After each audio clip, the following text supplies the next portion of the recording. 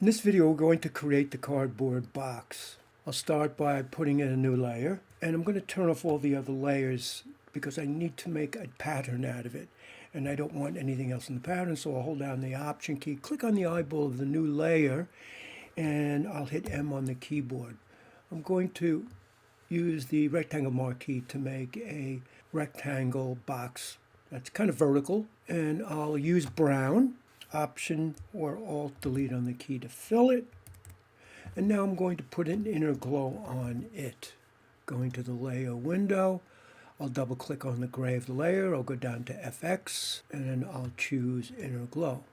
I'm going to choose a brown, and I'll change the value to something darker, hitting OK, and I'll just change the size a bit and drop the opacity. I'll hit M on the keyboard. I want to make a selection of part of this. I'll zoom in and I'm going to click and drag a box shaped like this.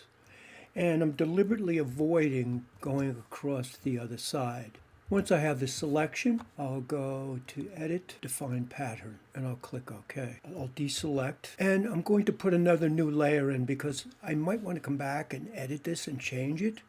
And if I were to go ahead and put the pattern in right now, it would cover up the reference file.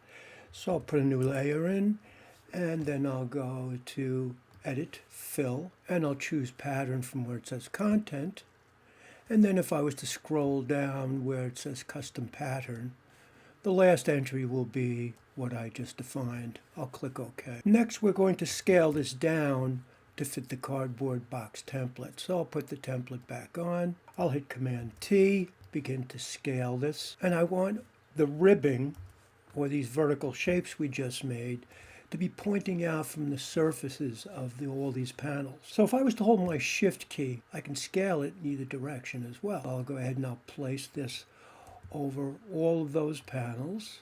And I'll put the reference color panel on to make it a little easier to see what I'm doing here. As long as we go outside these black lines we see, the UV map from Maya, then we know the texture will fit properly. I'm going to hit Command A to make a selection of this, because if I make a selection, I can use my Option and Shift key, and I can keep all these panels on one layer. As long as it's selected, I can hold my Option, drag a copy, hit Command T, and I'll rotate it, and I'll scale it to fit, Option Shift, and I'll drag another one up to there, and I'll just put one in the middle as well.